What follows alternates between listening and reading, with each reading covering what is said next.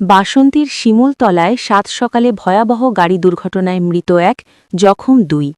মঙ্গলবার সাত সকালে বাসন্তীর কাঁঠালবেড়িয়ার শিমুলতলায় মা এন্টারপ্রাইজের শপের সামনে সোনাখালীর দিক থেকে আসা একটি হন্ডা i10 গাড়ি সজোরে মা এন্টারপ্রাইজ শপের সামনে থাকা পিলারে ধাক্কা মেরে শপে ধাক্কা মেরেই উল্টে যায়।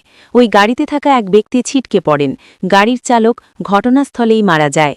স্থানীয় সূত্রে জানা গেছে, সম্ভবত ক্যানিং এলাকার বাসিন্দা 2 ব্যক্তি সোনাখালীর দিক থেকেই আসছিল। শিমুলতলায় এসে সজোরে মা এন্টারপ্রাইজের সামনে থাকা পিলারে ধাক্কা মেরে শপে ধাক্কা মেরে উল্টে যায়। স্থানীয় বাসিন্দারা তড়িঘড়ি এসে দেখে গাড়ির চালক ঘটনাস্থলেই মারা যান। অপরদিকে গুরুতর জখম ব্যক্তিকে উদ্ধার করে ক্যানিং মহকুমা হাসপাতালে পাঠায় চিকিৎসার জন্য। প্রচণ্ড গতিতে আসছিল গাড়িটি। সাত সকালে এমন দুর্ঘটনায় স্বাভাবিকভাবেই হকচকিয়ে যান স্থানীয়রা। ঘটনার খবর পেয়ে ঘটনাস্থলে আসে বাসন্তী থানার পুলিশ। এ বিষয়ে মা এন্টারপ্রাইজের কর্ণধার শফিকুল কি বললেন, চলুন আমরা বিস্তারিত দেখে নেব। ঘটনাটা ঘটলো, এই ঘটনা নিয়ে আপনি কিছু বলুন একটু।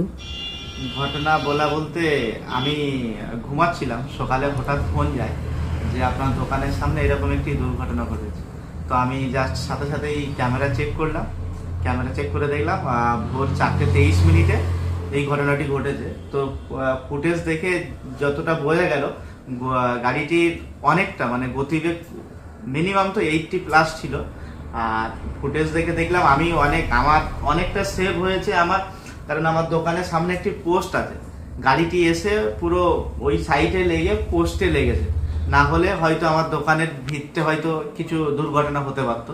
তো উপরওয়ালাকে ধন্যবাদ জানাবো, আমি ওই পোস্টটার জন্য আমার দোকানটি সেফলি থেকে গেছে, শুধু সাইডে হালকা একটু চোট হয়েছে।